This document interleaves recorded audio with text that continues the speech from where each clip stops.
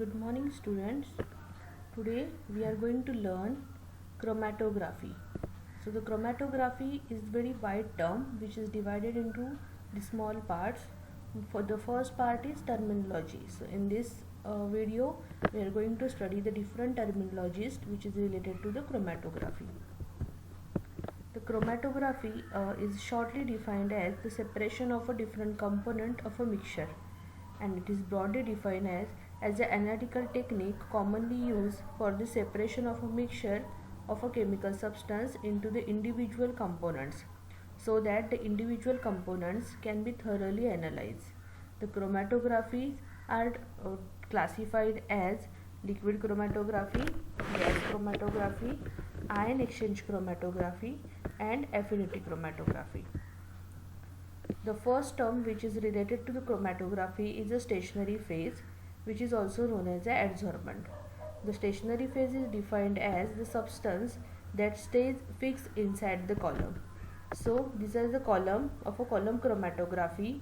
So this column contains the one phase which contain a particle which is of different size. That particle is a fixed over this region which is not a movable, so it is known as the stationary phase. The name itself says it is a stationary or it is a non-movable, and it is a fixed at a one part. So in a column chromatography it is a stationary phase. If it is in a paper chromatography, then your paper is your stationary phase. Shortly you can define as the phase which is not move, that is a stationary. So it can be says that it is a stationary phase. Next is a mobile phase, which is also known as a carrier. So mobile phase can be defined as a solvent which is moving throughout the column. So this is the column of column chromatography, which contain the different particles which is of white color circle, which is noted as a stationary phase, and your mobile phase it is in liquid form in case of column chromatography, therefore it is called as a solvent because it is in liquid state. In a gas chromatography it is in gas state. So consider the mobile phase which is a solvent, and the sample is dissolved in this mobile phase, and the mobile phase is moving across the stationary phase throughout the column. So the mobile phase is a moving in nature, therefore it is known as a mobile phase. The stationary phase is stationary at one position, so therefore it is known as a stationary phase.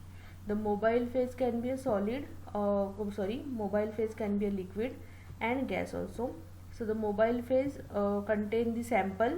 So your mobile phase is carry your sample from the one end of the column to the other end of the column. This mobile phase is very useful for the separation of a component on the basis of the affinity towards the stationary phase. Next is the retention time, which is denoted as a RTR or can be written as a RT. So the retention time is a measure of the time taken for a solute to pass through the chromatography column. It is calculated as the time from the injection to the detection. So this is the time. Consider this is the x-axis and this is y-axis. So here the 0 time is there, that is a 0 minute. As the sample which is dissolved in your mobile phase move along the column, so it will be like this. As after traveling the certain distance to the column, it gets separated. So after the separation of a specific component from the mixture, it will give you the peak on the chromatogram, and then again if the other solvent if other component is there, then it will be separate in the later times in the later time scale. So it will be the separation of a component on the time scale.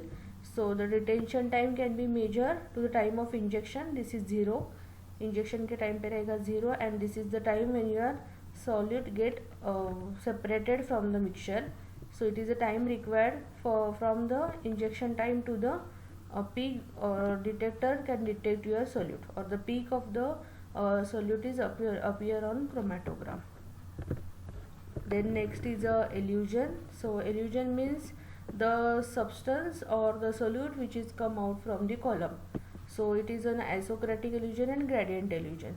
So elution may contain the mobile phase and the substance which is not get absorbed on their stationary phase. So consider one column, chromatography column, and if you insert your mobile phase and the sample, that is a mixture of your sample and mobile phase, then the mobile phase is go across your stationary phase. So on the depend on the affinity between the stationary phase and mobile phase, your sample get attracted over here, and the remaining, which is not having a affinity towards the stationary phase, move forward and then come at the end of the column. So the which is come at the end of the column, you can say that is a elution. So it may contain the solute or it may contain only mobile phase also. So the elution is two type: isocratic elution and gradient elution. So isocratic name itself say it is a iso, means the same, that is the same component of mobile phase you use, then it is a isocratic elution. Means if you start the your mobile phase like acetonitrile is to water 1:1 ratio, then you carry out your chromatography, then again you use same mobile phase for the separation of a more component, then it is a isocratic. It means that the mixture of your mobile phase is consistent over the complete testing time.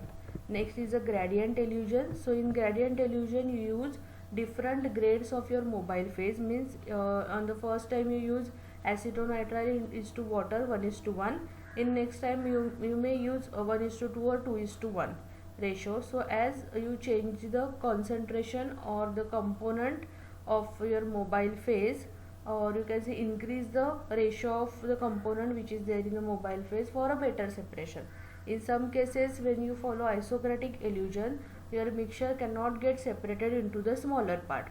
So you go for gradient elution, means change the concentration of a component in the mobile phase, you change the grade of your mobile phase, and you will get a gradient elution, and you will may get the better separation of a component. Next is the retention factor. It is somewhat related to the retention time. The retention time is there in a HPLC, that is high performance liquid chromatography, and the retention factor is somewhat related to the paper chromatography. So it can be defined as the fraction of an analyte in the mobile phase of a chromatographic system. So this is the time 0, where is the time of injection, and this is the time where the peak is obtained. So the retention factor, that is K, can be calculated by this formula or this. Next is a chromatogram. So it is a visible record such as a graph showing the result of a separation of a component of a mixture by the chromatography. So this is the graph you will receive after the complete separation of your mixture. So consider one mixture is there which contain the component A, B and C. So when you start from a 0, that is the injection point, you insert your sample, that is ABC mixture, and the mobile phase into the column. That component A, B, C, that is likewise, this is A, this is B and this is C, going to separate on the basis of their polarity.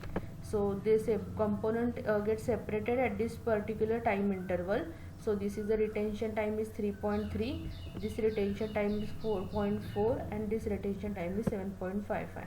So the retention time can be vary as per the polarity of a solute and your stationary phase. So from this type of a graph or a chromatogram which you receive from your chromatographic instrument, you will predict the number of a component or which type of a component present into the sample. Next is a tailing factor. So tailing factor is related to the peak of a substances. So you can easily you can predict that this peak having, if you draw a center line from the peak, you can say this front, or you can say left portion is somewhat symmetrical, but the right portion is having this tail like structure. So this effect, that is this is asymmetric structure or a tail like structure is known as a tailing factor. The tailing factor measure of the peak of tailing. So it will be measured at the height of 5% of a peak height. So for the measurement of a tailing factor, you just draw one center line, and at the height of 5% you just draw this A, B, C point, and from this formula you can determine the tailing factor. If the tailing factor is within the limit, you can consider this peak. If the tailing factor is out of the limit, then you can conclude that the separation of a component cannot be take place properly. So you have to change the mobile phase, or you have to change the other parameter for covering this tailing factor, or other troubleshooting solution you can also give. This is asymmetric factor. So if you having this type of a peak, and if you have a center line, then you just draw this line of 10% of height, that is point A, B, C, then you can see here the symmetric portion. This is a center line of your peak, and if you can see that the two half of a peak is not symmetrical, so therefore it is known as a asymmetric factor. You can say here also one tailing is observed, or if this line is somewhat like tail, then it is known as a fronting. Or you can say the imbalance between the both half of your peak, then it is known as a asymmetric factor.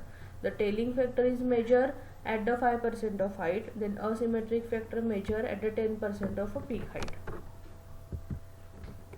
Then next is the resolution. It is a very familiar phenomena with you people, because if you see this type of a peak, from this peak you can easily predict that the peak is not proper, or not get divided into two parts, or divided into separately.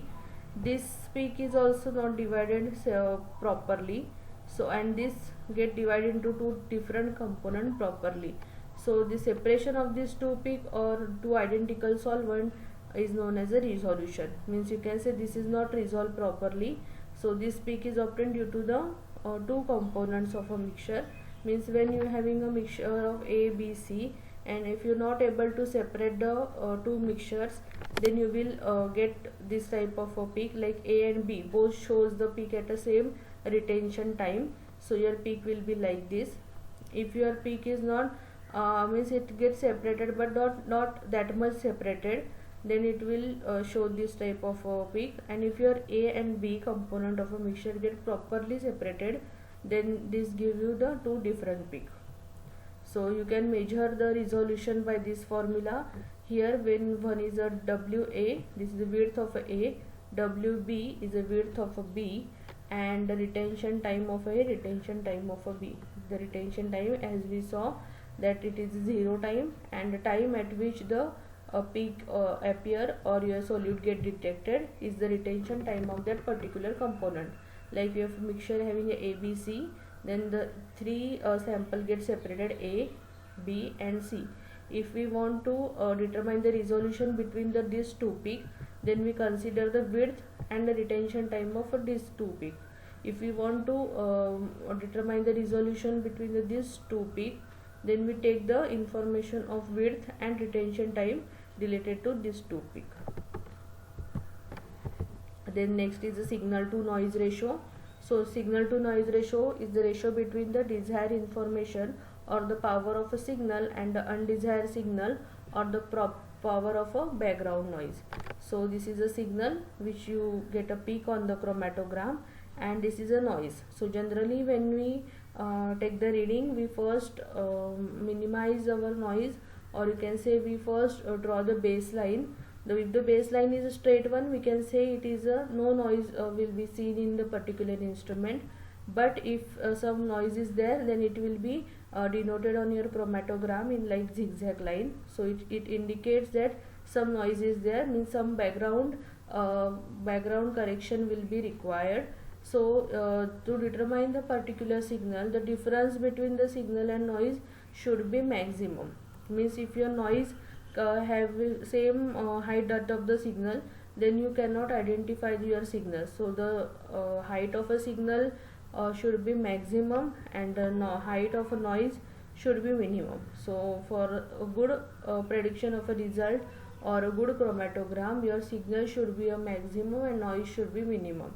So the signal to noise ratio will give you the identical condition for determination of your result. Thank you all of you, and subscribe my channel.